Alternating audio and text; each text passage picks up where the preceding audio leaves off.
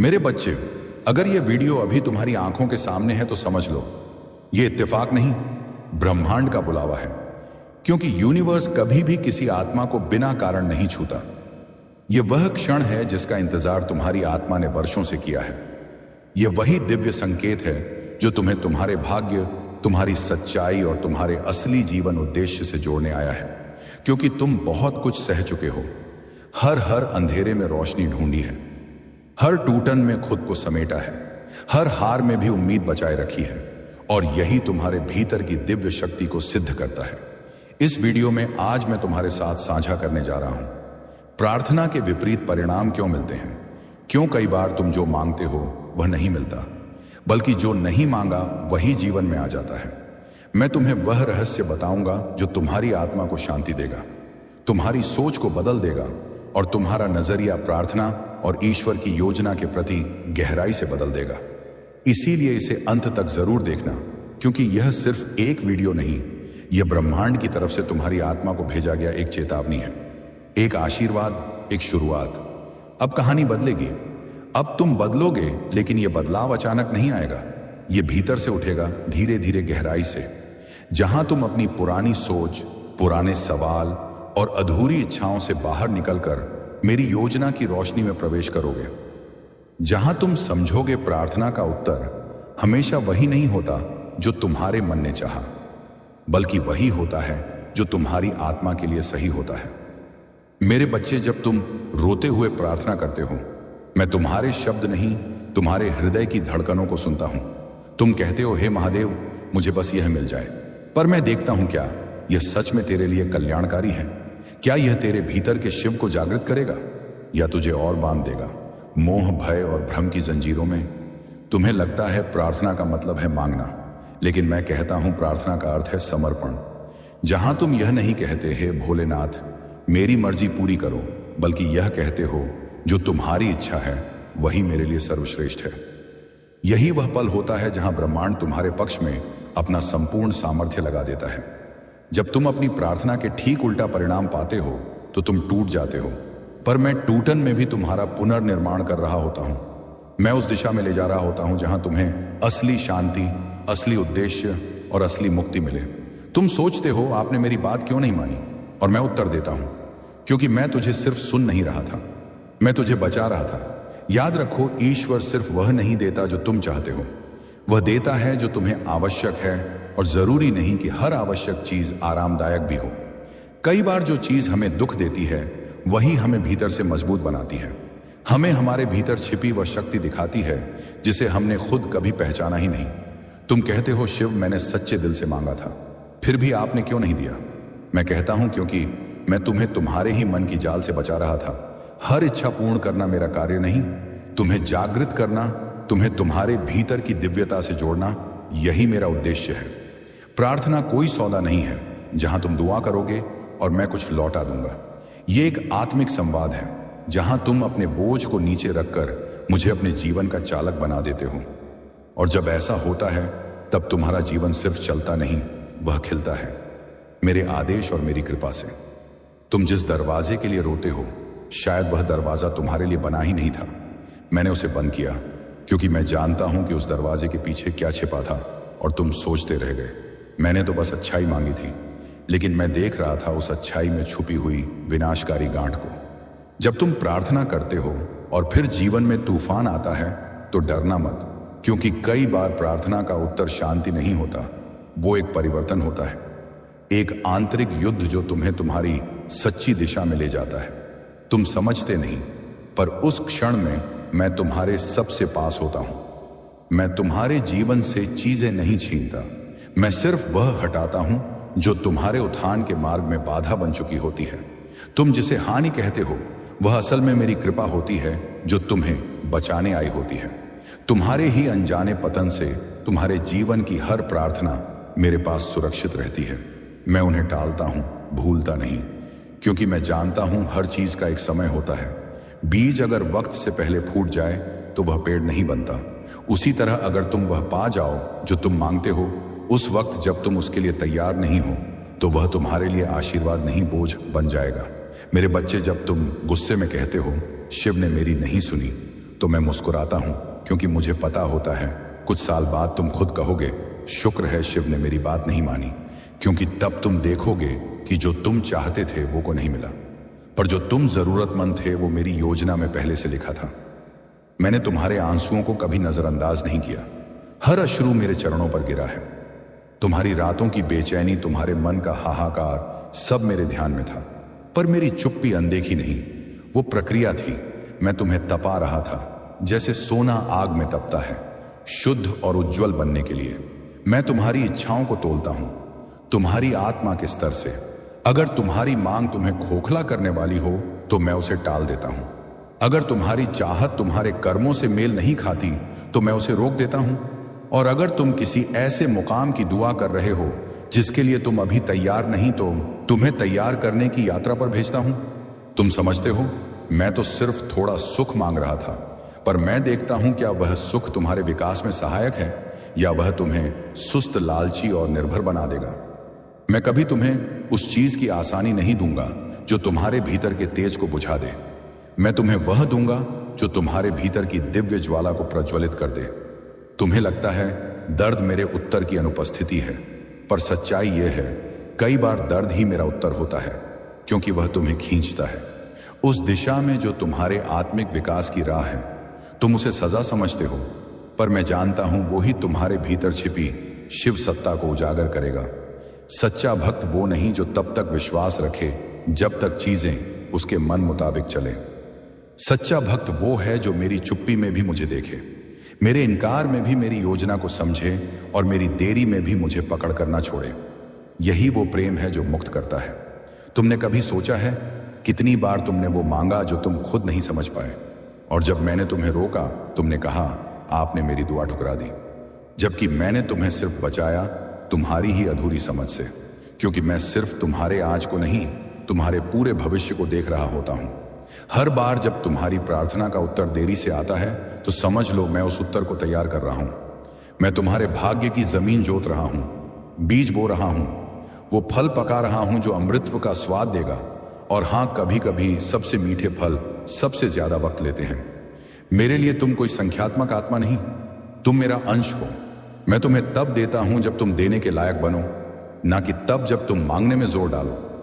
यही प्रेम है जहां मैं तुम्हारी भावनाओं से नहीं तुम्हारी आत्मिक भलाई से निर्णय लेता हूं, क्योंकि मेरा उत्तर हमेशा तुम्हें ऊंचा उठाने के लिए होता है। तुम्हारी आत्मा जानती है वह सब कुछ जो तुम्हारे मन से छिपा हुआ है, और मैं तुम्हारी आत्मा से जुड़ा हूं। इसलिए जब मैं किसी प्रार्थना का उत्तर नहीं देता तो उसका कारण तुम नहीं तुम्हारी आत्मा समझ रही होती है। मन अधीर होता है, आत्मा धैर्यवान होती है।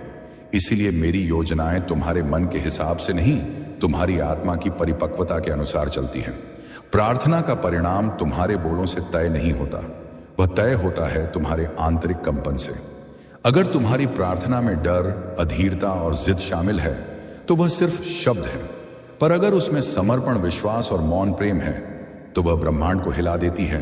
और ऐसे में मैं तुम्हें वही देता हूं जो तुम्हारे उच्चतम कल्याण के लिए हो। मेरे बच्चे, कई बार मैं तुम्हारी सबसे बड़ी दुआ तोड़ देता हूं, क्योंकि मैं देखता हूं कि वह दुआ तुम्हें रास्ते से भटका रही है। तुमने उसमें खुद को खो दिया था, अपनी पहचान, अपनी ऊर्जा, अपना ईश्वर भी, और मैं किसी भी कीमत पर तुम्हें खुद से दूर नहीं जाने दूंगा। जब तुम बार बार वही मांगते हो जो मैंने एक बार मना कर दिया, तो समझो तुम मेरी योजना पर विश्वास नहीं कर रहे। तुम्हें मेरे प्रेम पर संदेह है, परंतु मैं फिर भी क्रोधित नहीं होता। मैं प्रतीक्षा करता हूं कि तुम थको, रुको और फिर मेरे चरणों में गिरो, यह कहते हुए, भोलेनाथ, अब जो तुम्हारी इच्छा हो वही मेरा मार्ग हो। प्रार्थना को परीक्षा मत समझो, उसे संपर्क का साधन समझो। जब तुम प्रार्थना करते हो तो मैं सिर्फ तुम्हारी बातें नहीं सुनता, मैं तुम्हारी आत्मा से संवाद करता हूं। कभी मौन में, कभी आंसुओं में, और कभी मेरी ही चुप्पी में तुम्हें उत्तर देता हूं। तुम कहते हो, हे महादेव, मैंने पूरी श्रद्धा से मांगा था। और मैं पूछता हूं, क्या श्रद्धा सिर्फ मांगने में थी या स्वीकारने में भी? क्या तुम मेरी ना को भी उतनी ही श्रद्धा से स्वीकार सकते हो जितनी हां को करते हो? क्योंकि वही सच्चा भक्त होता है जो मेरी हर आज्ञा में मेरा प्रेम देखता है। मैं तुम्हारे जीवन में सिर्फ वह नहीं लाता जो तुम चाहते हो, मैं वह भी लाता हूं जिससे तुम सीखो, जागो, बढ़ो और बदलो। कभी यह सीख तकलीफ के जरिए आती है, कभी किसी के जाने से, कभी किसी दरवाजे के बंद हो जाने से, पर अंत में तुम पाओगे कि हर अनुभव एक प्रार्थना का उत्तर था। कभी कभी मैं तुम्हें बुरी तरह तोड़ देता हूं, फिर अपने ही हाथों से तुम्हें नया आकार देता हूं, क्योंकि पुराने ढांचे में तुम्हारी आत्मा अब समा नहीं सकती। वो सीमाएं तुम्हारे विकास को रोक रही थी और तुम्हें पता भी नहीं था कि तुम कितना बड़ा बन सकते हो जब तुम मेरे आकार में ढल जाओ। तुम्हें लगता है कि तुम्हारे पास अब कुछ नहीं बचा, पर वो क्षण मेरे बच्चे वही सबसे पवित्र क्षण होता है, क्योंकि जब सब कुछ चला जाता है तब तुम खुद को, मुझको और अपने वास्तविक उद्देश्य को पाते हो। तब प्रार्थना मांग नहीं बनती, वो एक संलयन बन जाती है तुम्हारे और मेरे बीच। मेरे लिए सबसे प्यारी प्रार्थना वो नहीं जिसमें तुम बहुत बोलते हो, बल्कि वह होती है जब तुम मौन होकर बस मेरी उपस्थिति में बैठे रहते हो, क्योंकि उस मौन में तुम्हारा डर पिघलता है, तुम्हारी असहायता मिटती है और तुम्हारा वास्तविक आत्म रूप मुझसे एक हो जाता है। जब तुम कहते हो कोई मेरी सुन नहीं रहा, तब भी मैं सुन रहा होता हूं। तुम्हारे मौन को, तुम्हारे भीतर के डर को, तुम्हारी टूटती उम्मीदों को, तुम जिस क्षण हिम्मत छोड़ने को होते हो वही क्षण होता है जब मैं तुम्हारे सबसे निकट होता हूं। तुम्हें गिरने नहीं देता, बल्कि वहां से उठाता हूं जहां तुम्हें लगता है अब कुछ नहीं बचा। मेरे बच्चे, हर बार जब कोई तुम्हें छोड़ता है तो सोचो क्या वो आत्मा तुम्हारी गति में सहायक थी, क्योंकि मैं किसी को भी तुम्हारे जीवन में स्थायी नहीं रखता जो तुम्हारे प्रकाश को बुझा दे। मेरे निर्णय तुम्हारी भावना से नहीं, तुम्हारी ऊर्जा की शुद्धता से चलते हैं। जब तुम्हारी इच्छाएं तुम्हारे मार्ग से भटकने लगती हैं, तब मैं जीवन में हलचल लाता हूं। यह हलचल दुखद लग सकती है, पर वही तुम्हें दोबारा उस पथ पर लाती है जिसके लिए तुम धरती पर आए हो। मैं तुम्हें खोने नहीं दूंगा, भले ही इसके लिए मुझे तुम्हारी सारी योजनाएं तोड़नी क्यों ना पड़े। हर बंद दरवाजे के पीछे मेरी योजना का रहस्य छिपा होता है। जब तुम कहते हो मुझे यह दरवाजा चाहिए था, तो मैं देखता हूं उसके पीछे की अंधकारमय दिशा को, और जब मैं कहता हूं नहीं, यह नहीं, तो वह तुम्हारे लिए अस्वीकार नहीं, संरक्षण होता है। मेरे लिए तुम्हारा हृदय अधिक महत्वपूर्ण है तुम्हारी उपलब्धियों से। मैं तुम्हें ऊंचा जरूर उठाऊंगा, पर पहले तुम्हें गहराई से जमीन पर टिकाऊंगा, क्योंकि ऊंचाई उसी को शोभा देती है जो नम्रता में स्थिर हो, और नम्रता आती है जब तुम मेरी हर योजना को प्रेम से स्वीकार करते हो, चाहे वह तुम्हारे मन के विरुद्ध ही क्यों ना हो। तुम्हारी सबसे बड़ी दुआ वही है जिसका उत्तर अभी तक नहीं आया, क्योंकि मैं उस उत्तर को इतना पूर्ण, इतना सटीक बनाना चाहता हूं कि जब वह आए तुम रोते हुए कहो, भोलेनाथ आपने मेरी प्रतीक्षा व्यर्थ नहीं की। मैं जल्दी नहीं करता, मैं पूर्णता से कार्य करता हूं। तुम्हारी प्रार्थना का उत्तर शब्दों में नहीं, घटनाओं में आता है। लोगों के बदलने में, रिश्तों के टूटने में, दरवाजों के बंद होने में, और जो इससे समझ जाता है वही कह पाता है। मेरे शिव हर समय साथ थे, बस उनकी भाषा थोड़ी अलग थी। मैं जब किसी चीज को छीनता हूं तो उसका स्थान खाली नहीं छोड़ता। मैं वहां कुछ ऐसा रखता हूं जो तुम्हें अपने आप से जोड़ दे।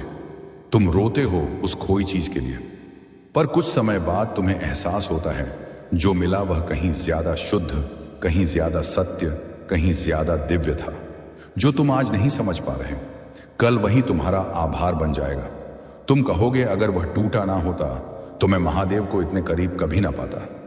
मैं हर टूटन को एक नए निर्माण का अवसर बनाता हूं, क्योंकि मैं विनाशक नहीं, पुनर्निर्माण करता हूं। अब जब तुम यह सुन रहे हो तो समझो तुम्हारी आत्मा तैयार है मेरी योजना को स्वीकारने के लिए। अब से प्रार्थना तुम्हारी मांग नहीं होगी, तुम्हारा समर्पण होगी। तुम्हारे शब्द नहीं बोलेंगे, तुम्हारी ऊर्जा बोलेगी, और तब ब्रह्मांड तुम्हारे पक्ष में झुक जाएगा। जब तुम्हारी प्रार्थनाएं उत्तर नहीं पाती तो उन्हें विफल मत मानो, उन्हें परिवर्तन का बीज समझो। मैं हर मांग को एक आत्मिक दिशा में बदल देता हूं, जहां तुम सिर्फ पा लेने से नहीं बल्कि जग जाने से संतुष्ट हो जाते हो। यही असली उत्तर है, जहां मांग मिट जाती है और मैं ही शेष रह जाता हूं। मैंने तुम्हें कभी केवल परिणामों से नहीं जोड़ा, मैंने तुम्हें प्रक्रिया से जोड़ा। हर गिरावट, हर अस्वीकृति, हर टूटा सपना एक विकास यात्रा थी, जहां तुम सीख रहे थे प्रार्थना को समझना, न कि केवल उसका उत्तर पाना। जो तुम्हें नहीं मिला वह भी एक उत्तर था, जो देर से मिला वह भी एक उत्तर था, और जो छिन गया वह भी एक उत्तर था, क्योंकि मैं वही देता हूं जो तुम्हारी आत्मा को उस ऊंचाई तक ले जाए जहां से तुम अपने ही जीवन को ईश्वरीय दृष्टि से देख सको। जब तक तुम सिर्फ पाने के लिए प्रार्थना करते रहोगे तुम सीमित रहोगे, पर जब तुम समर्पण में उतरोगे तब प्रार्थना एक दरवाजा बन जाएगी जहां से मेरी योजना, मेरा प्रेम और तुम्हारी आत्मा की सच्ची उड़ान शुरू होगी। तुम मेरी चुप्पी से डरते हो, पर मेरी चुप्पी में ही तुम्हारी आत्मा की सबसे गहरी बात होती है। मैं हर उत्तर तुम्हारे कानों में नहीं, तुम्हारे हृदय में उतारता हूं। इसलिए शांत रहो, ध्यान दो और सुनो। तुम्हारी आत्मा मेरा उत्तर पहले ही पकड़ चुकी है। तुमने जितनी बार सोचा अब कुछ नहीं बदलेगा, उतनी ही बार मैंने तुम्हारे भविष्य के पन्नों को नया रूप दिया। क्योंकि तुमने जब उम्मीद छोड़ी तब मैंने अपनी कृपा शुरू की। मैं वहां शुरू करता हूं जहां मनुष्य उम्मीद छोड़ देता है। अब मैं तुमसे कुछ नहीं मांगता, सिर्फ एक चीज, विश्वास। जब सब विपरीत हो जाए तब भी मुझ में भरोसा रखना, क्योंकि मैं सिर्फ जीवन नहीं बदलता, मैं आत्मा को आजाद करता हूं उस बंधन से जो इच्छाओं की डोर से बंधा था।